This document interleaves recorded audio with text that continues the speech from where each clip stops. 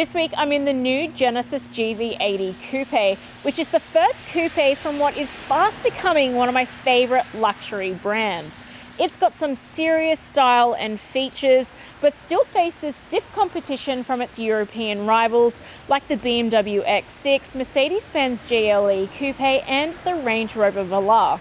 And in this video, I'm going to show you just how serious Genesis is with its luxury and whether or not your family is going to fit this new SUV.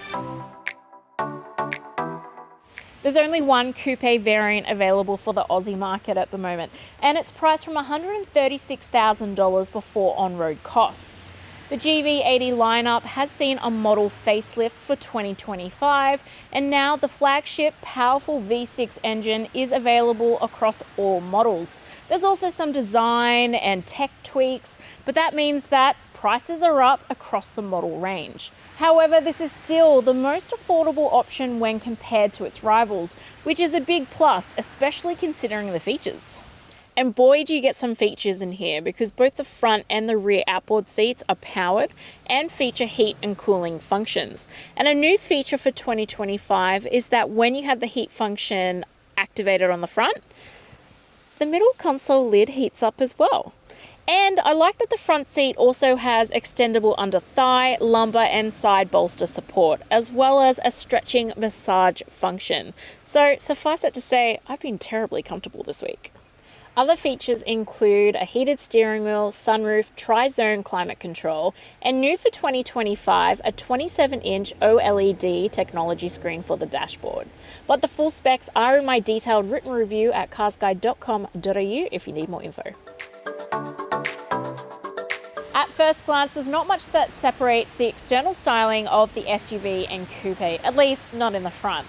The rear is pinched, but it's rather softly done compared to its rivals, and this is where the design really shines for me, because it does manage to look sleek and sexy as coupes tend to be, without losing any of its roadside large presence.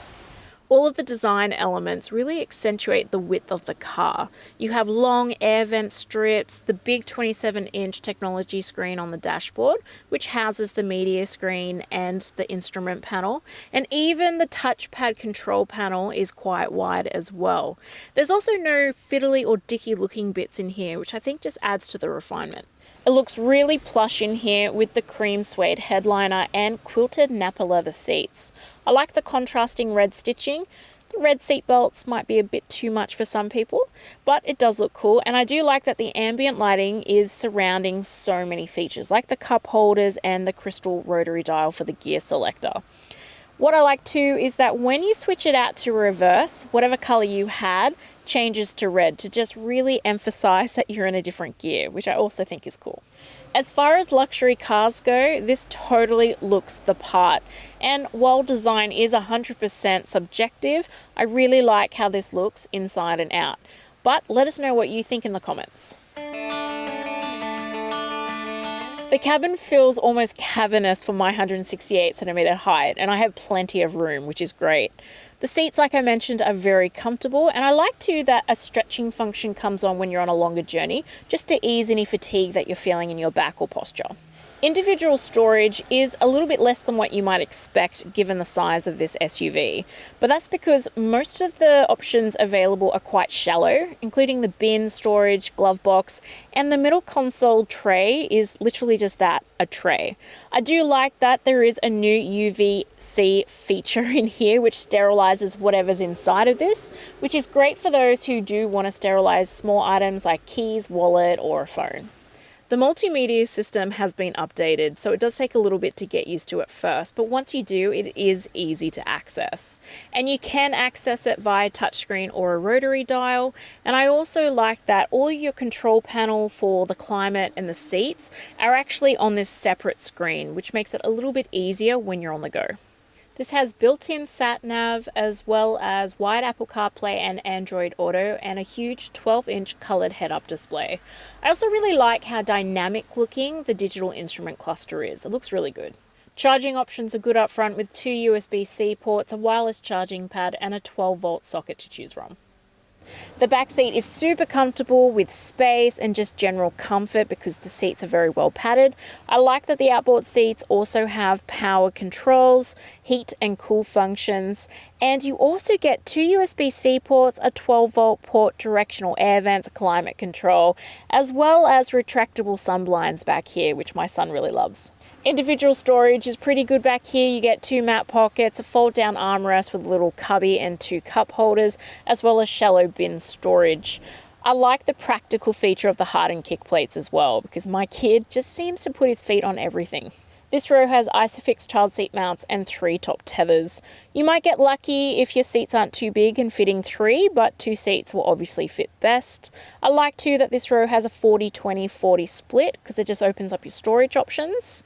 And despite not having a third row like its SUV siblings, this row really caters to comfort. So if you often travel with in-laws or older kids, they're going to be happy back here.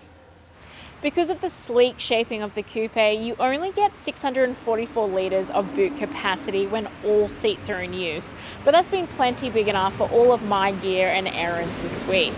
You get a powered tailgate in this model, and if you're close enough at the rear and you have the key fob in your pocket, it does have a proximity feature, which will mean that it opens without you having to touch anything. Also good for when you have your hands full. The loading space is level, but underneath this space you do find quite a few little storage cubbies for small items, and this is where you're going to find the tyre mobility and the roadside assistance kits. The GV80 model facelift sees all models enjoy a powerful 3.5 litre twin-turbo petrol V6 engine that produces a maximum 279 kilowatts of power and 530 newton meters of torque. This is an all-wheel drive and has an 8-speed automatic transmission and can do a 0 to 100 kilometer sprint in just 5.7 seconds. You can also select different terrain modes in this, and it has a braked towing capacity of 2,722 kilograms. Whether you'd use this sort of car for that thing is another matter entirely.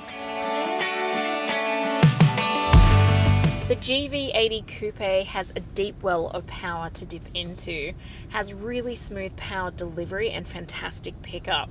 It's a really easy car to drive in the city or the open road. It's not as dynamic on the road when it comes to the sporty factor in terms of its rivals, because there is a little bit of roll when you hit tight turns or get high winds. Think of it as more of a stately car than a sporty one. The high ride and big windows means visibility is really good, which I always like in a large SUV. But I also just think the cabin noise feels quite refined. It's pretty quiet most of the time. You do get a bit of wind noise when you're at higher speeds. And I've really enjoyed the sound quality of the 18 speaker Bang & Olufsen sound system. Like, the school runs basically become a concert, which my son and I both enjoy. This is a large car, but it doesn't feel like that when you park it, because you get a really clear 360-degree view camera system. And I also really like it how on the ground you have projected lights that really show the distance as well, which is great when you're parking in a really tight spot. Another thing that I really like about this car is that you have a remote parking assist feature, which is accessed via your key fob. So say you come back to the car park and someone has parked a little bit too close to you and you can't get in your door, you can actually start the car from your key fob and move the car forward or backwards, whatever you need to get access, which is really cool. The official combined fuel cycle figure is 11.7 litres per 100 kilometres, and my real world usage popped out at 11.4 litres. I have not held back on using the power and have done mostly open road trips with a little bit of urban mixed in, so it is pretty thirsty, but I would expect that figure to be higher in an urban setting. Based on the official combined fuel cycle figure and the large 80-litre fuel tank, you should get a theoretical driving range of 684 kilometres, which is still perfectly acceptable for those families who like to do road trips. For those concerned with safety, you needn't worry, because the GV80 Coupe has a maximum 5-star ANCAP safety rating from testing done in 2021, and also scored quite highly on its adult and child protection scores at 91% and 88% respectively. The The GV80 comes with 10 airbags, which is great for the class. It comes jam-packed with safety features, including safe exit assist, blind spot view monitor, and rear child occupant alert, just to name a few. The full safety specs are in my detailed review at carsguide.com.au if you need more info. The GV80 Coupe comes with a 5-year unlimited kilometre warranty, but you also get complimentary servicing for up to 5 years or 50,000 kilometres, whichever occurs first. There's also complimentary roadside assistance through Assist Australia for 5 years as well. Servicing intervals are a little bit annoying since this is a turbo, so they sit at every 12 months or 10,000 kilometres. But it's pretty rare for a car brand, let alone a luxury brand, to offer anything for free, so this is a really big plus. The Genesis GV80 Coupe is a rare breed. It is jam-packed to its gills with lots of features, has fantastic ownership benefits, and will fit your family in true comfort. The fuel economy is not the best, but this truly acts and looks like a luxury SUV, so it gets an 8.9 out of 10 from me. My husband and son were very impressed with this, especially all of those features, and they give it a 9 out of 10. If you're after more details, check out the full review at carsguide.com.au, and I'll see you next week.